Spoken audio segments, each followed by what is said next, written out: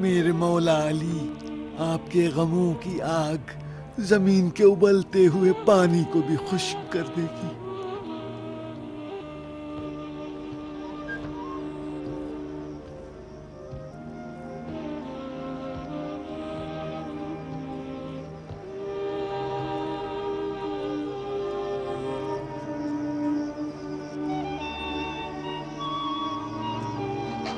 میں ہوں مولا ابو ذر، آپ کے ساتھ میری زندگی کو بھی ان کی جہالتوں نے سرد کر دیا ہے۔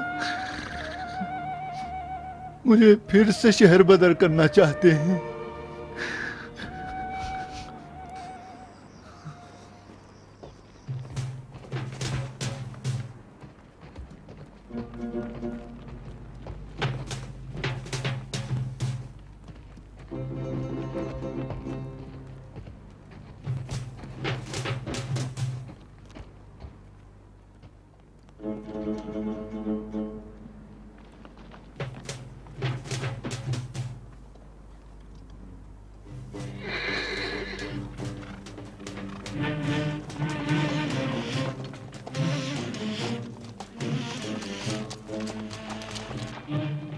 علی، حکم خلیفہ کو نہیں سنا آپ نے؟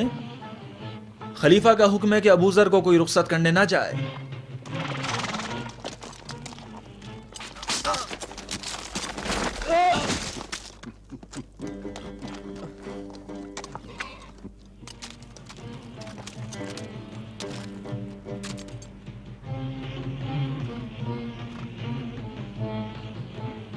علی کا رخصت کرنے کے لیے آنا ابو ذر کی 7 پشتوں کے لیے کافی ہے۔ امام علیہ السلام نے مروان بن حکم کا مقابلہ کر کے ابو ذر کو رخصت کیا اور فرمایا، ابو ذر، تمہارا غصہ اللہ کے لیے ہے، لہٰذا تم اسی سے امید رکھو۔ یہ قوم اپنی دنیا کے بارے میں خوف زدہ ہے اور تمہیں دین کی تباہی کا خوف ہے۔ ابو ذر، حقیقت سے مانوس رہو اور باطل کے علاوہ کسی اور سے مت گھبراؤ۔ ابو ذر، یہ جان لو کہ اللہ ہے جو تنگیوں میں اپنی رحمت سے راہوں کو کھول دیتا ہے۔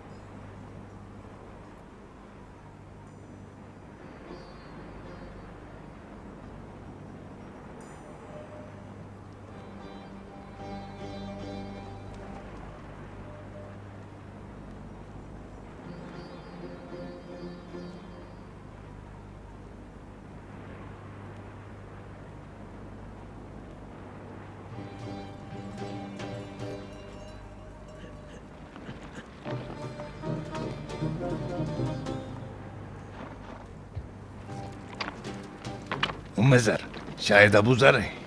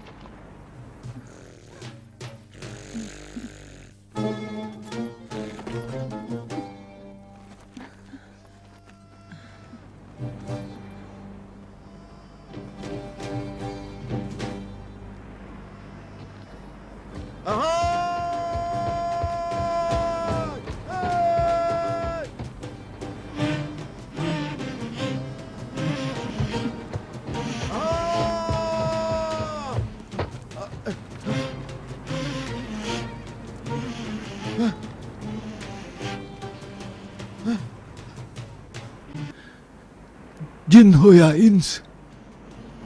ام زر ہوں. تم خود ہو؟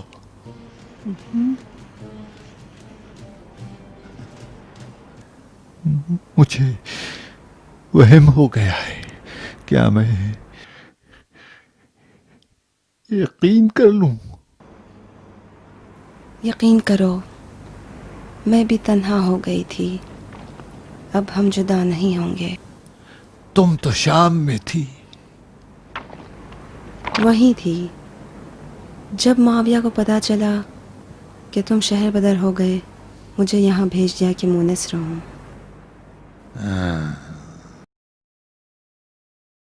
معاویہ نے بھی ثواب کا کام کر دیا. ام زر، خوش آمدید. خدا تمہیں خوش رکھے ابو ذر. خدا تمہیں سکون عطا کرے. جوامرد ابو ذر آپ ہیں؟ تم کیسی ہو میری جان؟ تمہاری بھی یاد ستاتی رہی. اب میں آپ کو نہیں جانے دوں گی، تم جہاں بھی جاؤ گے میں تمہیں ڈھونڈ لوں گی. اچھا ام زر، ہم لوگ چلتے ہیں. تھوڑا آرام تو کر لو. وقت کم ہے اور راستہ طویل ہے. اگر کوئی غلطی ہوئی ہو تو معاف کر دینا. تو ہمیشہ امانت دار ہو اور سفر میں بردبار. ہم نے تمہیں زحمت دی ہے. اگر کوئی قرض ہو تو ہماری گردن پر، خدا تمہیں اس کا اجر دے گا. برادر، ہمارے دسترخوان پہ جو کی روٹی ہوتی ہے، اگر آپ کے مقدر میں ہو تو رات ہمارے ساتھ گزار لینا. ممنون ابو ذر، ہمیں قبول ہے، ہمارے بس میں نہیں ہے. التماس سے دعا. خدا حافظ. چلو بھائی چلتے ہیں.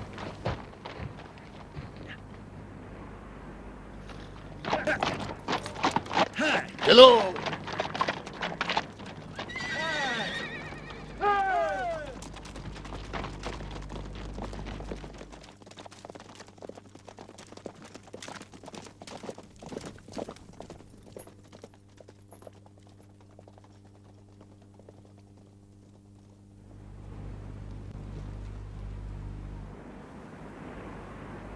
سنو ابو ذر، ہمارے پاس نانے جو کے علاوہ ایک اونٹ، 2 بکریاں اور ایک سیاہ چادر ہے.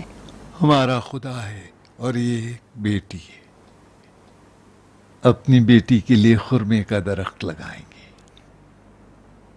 اور اللہ کے لیے گھر بنائیں گے.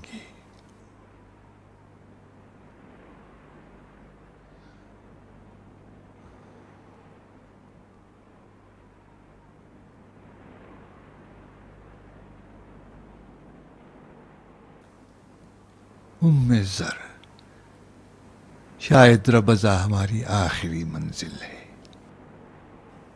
ابو ذر، مجھے بھی اس پر یقین ہے.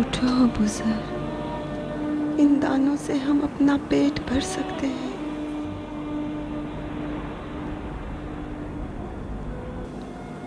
اونٹ کی غذا،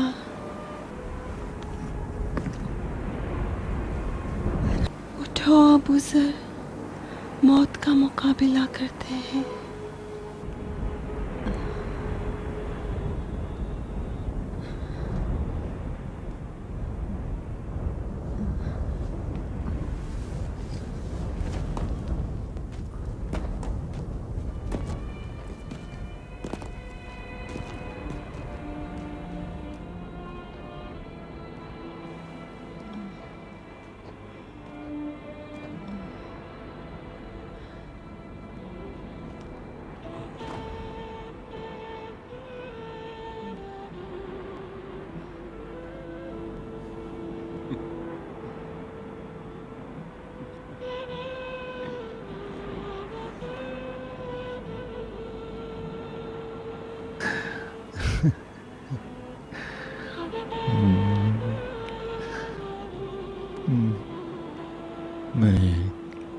میں کیوں نہ ہنسوں جب کہ موت کے خوف نے مجھے اس قدر حریص بنا دیا ہے۔ یہ تم کیوں کوشش کر رہی ہو؟ ہم دنیا میں جینے کے لیے آئے ہیں۔ ہم خاک میں مل کر سر بلند ہوں گے۔ پھر ڈر کیوں رہے ہو؟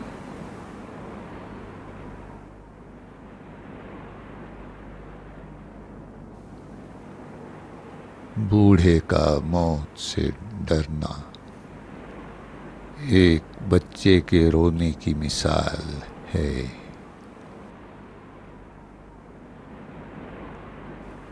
اگر بچے کو معلوم ہو جائے کہ وہ کہاں جا رہا ہے تو بھی ہنسے گا۔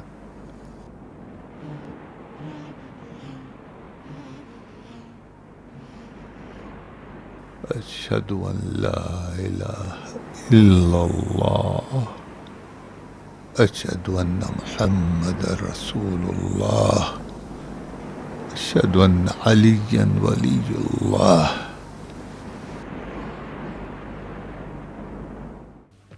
غربت و بے کسی کے عالم میں جناب ابو ذر کی موت سے خلیفہ بھی لرز گئے۔ بنی امیہ کے ظلم و جور کے سبب عراق اور مصر کے حالات بگڑتے گئے۔ لوگ فریادیں لے لے کر خلیفہ کے بند دروازے کی چوکھٹ پر آنے لگے۔ جب لوگوں کا بنی امیہ کے خلاف اصرار بڑھتا چلا گیا تو آخر کار خلیفہ نے شکایتوں کی رسیدگی کے لیے اپنے والیوں کو مرکز میں بلا لیا تاکہ پریشانیوں کو برطرف کیا جائے۔ تم لوگ مصر سے عمرے کی نیت سے آئے ہو تاکہ کعبے کو پشت دکھاؤ؟ ہاں، اگر خطوط لائے ہو تو پڑھ کر سناؤ، ہم سننے کے لیے تیار ہیں۔ تم نے ہمارے خطوط پڑھے بغیر ہی جلا ڈالے۔ ہم لوگ محنت کش کسان ہیں، جو بھی زمین میں بوتے ہیں حسرت سے کاٹتے ہیں۔ ہماری عورتوں کا دودھ خشک ہو چکا ہے۔ دریائے نیل کے کنارے والی وہ ہماری زرخیز زمینیں جو تم نے غصب کر لی ہیں، اب نیل کی پتھریلی زمین پر ہم اپنی ناک لگا رہے ہیں۔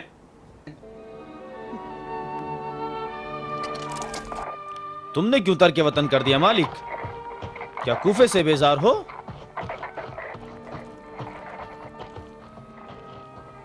نہیں، امیر کوفہ سے بیزار ہوں۔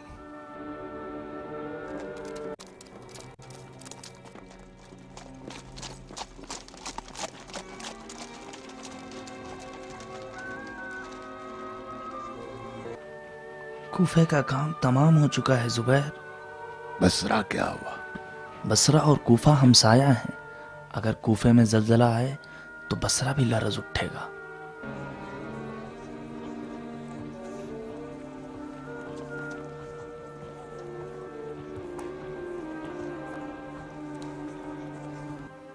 کب تک اپنے دیار سے دور رہو گے مالک؟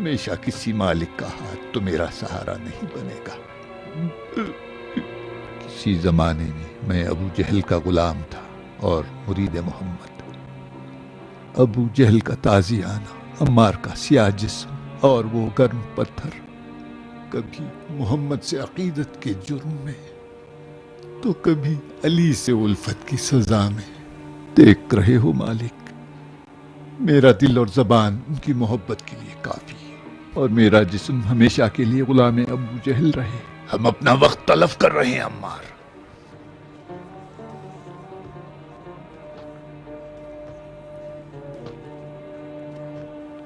وقت تلف کر رہے ہیں۔ اس قوم کی ریاست طلبی کا علاج خون ہے، نہ نصیحت۔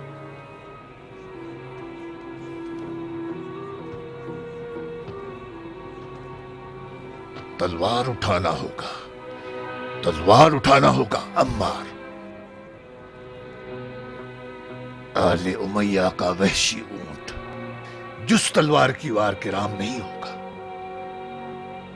میں چلا مالک، علی سے غافل نہ ہونا۔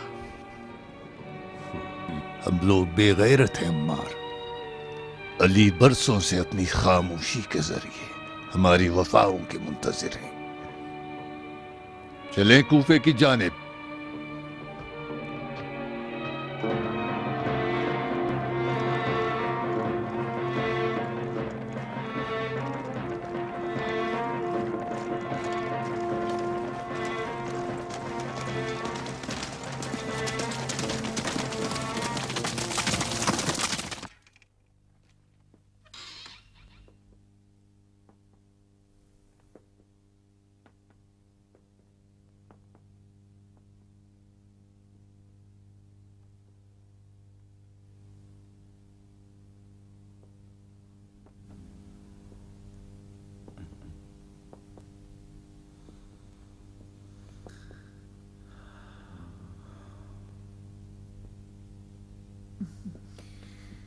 اپنی یادوں کے گھر میں تمہیں خوش آمدید کہتی ہوں امیر۔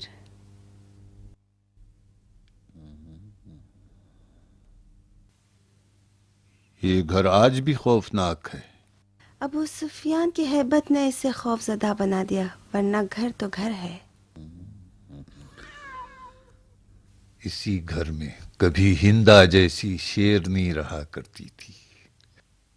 خیال رکھو طاقت، خبردار انہیں غصہ نہ دلانا۔ خیال رکھتی ہوں۔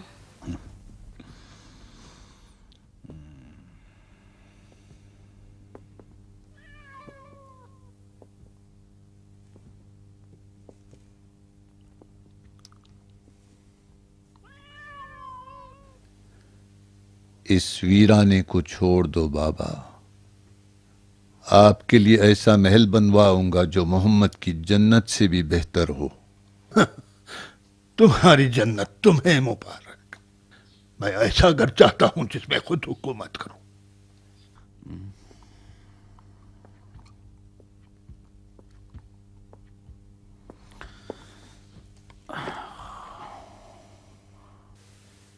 حجاز میں امن نہیں ہے۔ خلیفہ کے پاس نہ فوج ہے نہ لبیک کہنے والے۔ مصر اور کوفہ میں فساد پھیل چکا ہے۔ ایسا نہ ہو کہ ایک جماعت اپنی جان پر کھیل کے غصے میں تلوار کھینچ کر خلیفہ پر حملہ آور نہ ہو جائیں۔ یہ ساری مصیبتیں اس مروان کا بچھایا ہوا جال ہے جو سالوں کی جلاوطنی کے بعد جس کینے کے کچھ نہیں جانتا۔ خلیفہ نے اپنے اوپر ظلم اور مروان پر لطف کیا ہے۔ وہ خلیفہ پر مسلط ہو چکا ہے۔ یہ میں نے خود دیکھا ہے کہ خلیفہ خود مروان ہے نہ عثمان۔ اس معرکے میں تمہاری کیا حیثیت ہے؟ میں کیا کروں؟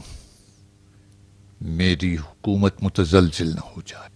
خلیفہ سے التماس کی کہ شام آ جائیں، قبول نہیں کیا۔ کہتے ہیں سپاہی مدینہ روانہ کروں۔ تو تم نے کیا سوچا؟ ابھی تو کچھ نہیں سوچا. کیا کہا جائے گا؟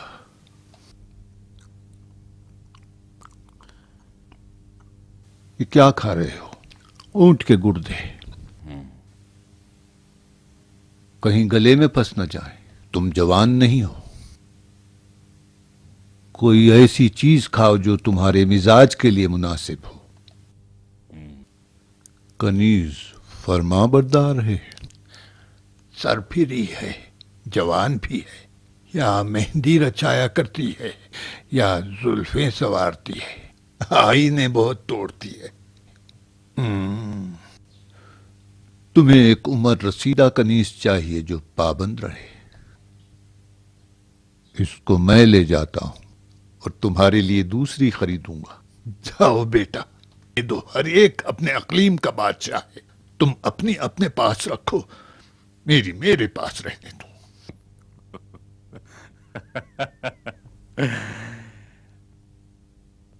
بیٹا باپ سے نہیں چراتا. ہاں، اگر ہندا کا بیٹا نہ ہو، باپ کی میراث تو بیٹے کو مل ہی جائے گی، اس شرط پر کہ ابو سفیان مر جائے. نہیں بابا، میں مذاق نہیں کر رہا ہوں.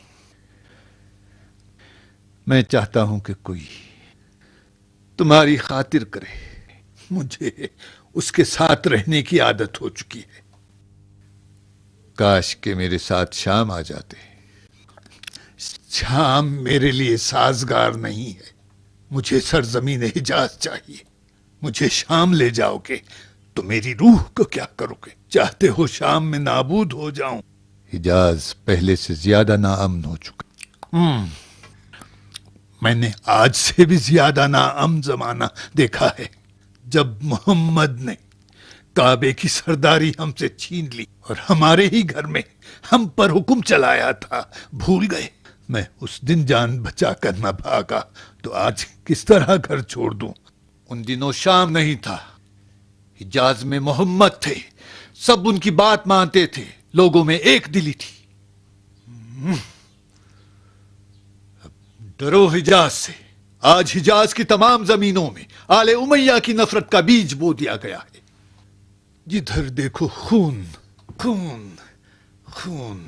خون سے کیا اگتا ہے جز لٹکتی ہوئی تلواریں. اپنی جان بچاؤ اور شام آ جاؤ.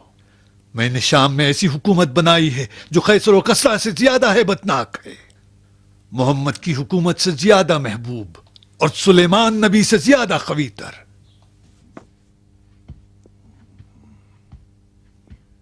اگر تم یہ نہ کرتے تو ابو سفیان کے بیٹے نہ ہوتے. اب جاؤ، خلیفہ کو فوج روانہ کرو جو تم سے مانگی ہے.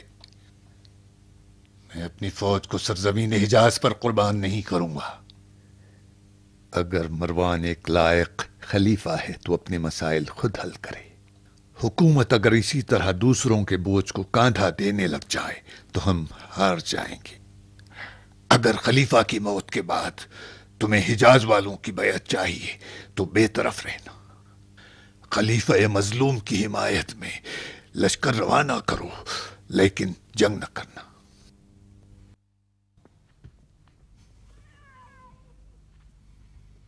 جانتا تھا کہ یہ گدھے کا بچہ خلیفہ کے قتل کا سبب بنے گا. قبیلے کی حرمت جائے جہنم. یہ بے غیرت نمک کی بھی حرمت نہیں جانتا. افسوس یہ پھول جیسی مریم درندہ صفت کے پلے پڑی ہے.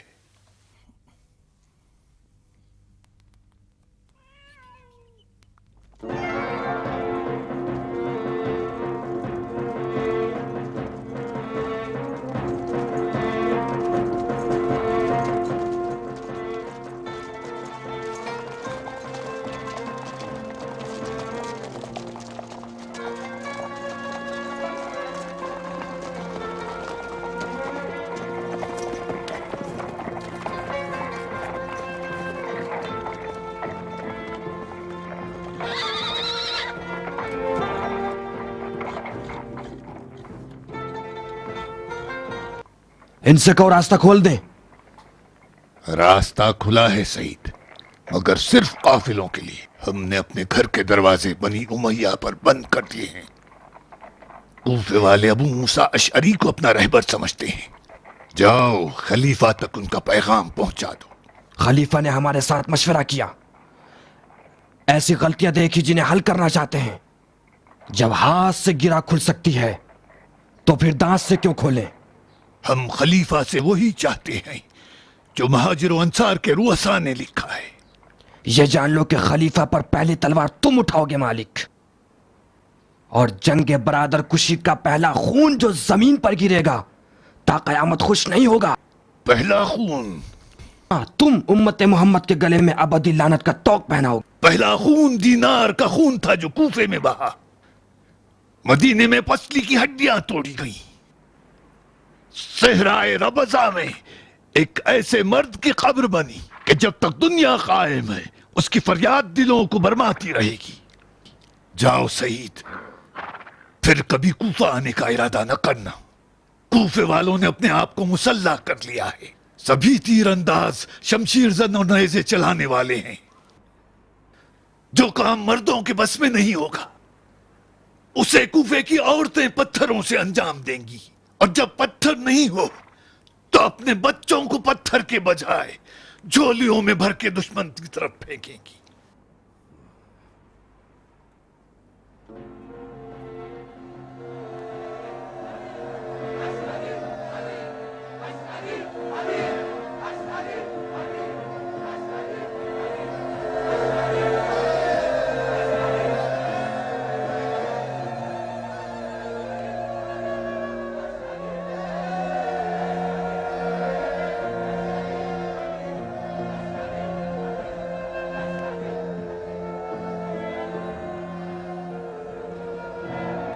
دیکھ رہے ہو سعید، جاؤ مروانیوں سے کہہ دو اگر جنگ کا ارادہ ہے تو شام سے کم لشکر کوفیوں کے مقابلے میں نہ بھیجیں۔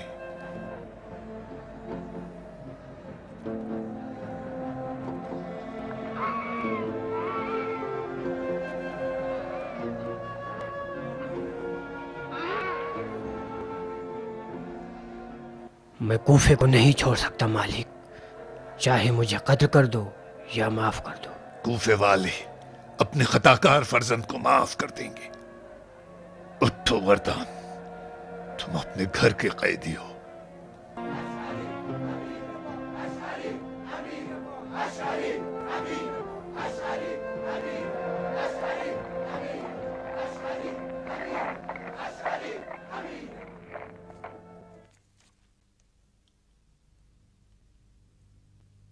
امو جان، کوفے کو تباہ نہ کریں۔ کوفہ شری کے حوالے کیا تو سارا عراق ہاتھ سے نکل جائے گا۔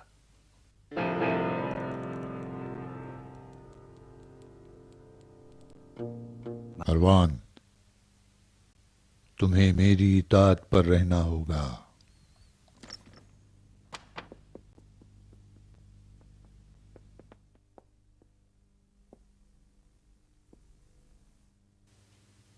امو جان، امو جان،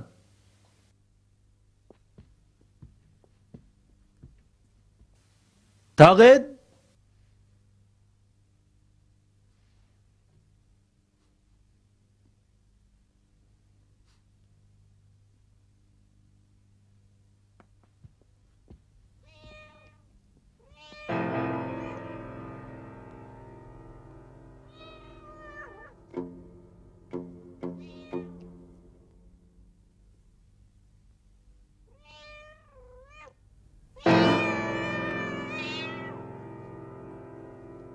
ای وای!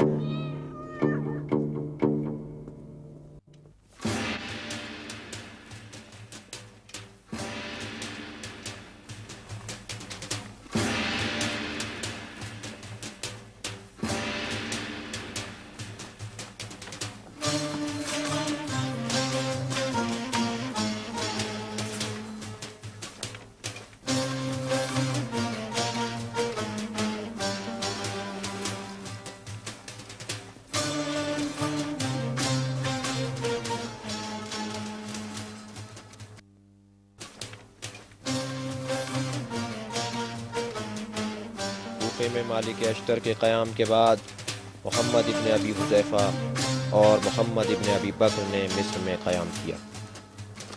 یہ دو محمد دو خلیفہ کے بیٹے تھے، ایک خلیفہ سوم عثمان کا منہ بولا بیٹا اور ایک پہلے خلیفہ ابو بکر صدیق کا بیٹا۔ یہ دونوں پریشانیوں کا اصلی سبب مروان ہی کو سمجھتے تھے، لہٰذا انہوں نے عزم کیا کہ ظلم و جور کے چشمے کو خشک کر دیں۔ عثمان کے منہ بولے بیٹے محمد ابن ابی حذیفہ کے مصر میں قیام کے بعد ام المومنین عائشہ کے بھائی کی سالاری میں کچھ مصریوں نے مدینے کا رخ کیا۔ عائشہ بھی مروانیوں سے ناخوش تھیں اور جانتی تھیں کہ مدینے میں رہیں تو میدان منازعہ گرم رہے گا، لہٰذا ہوشیاری کرتے ہوئے عمرے کے بہانے مکے کا رخ کیا۔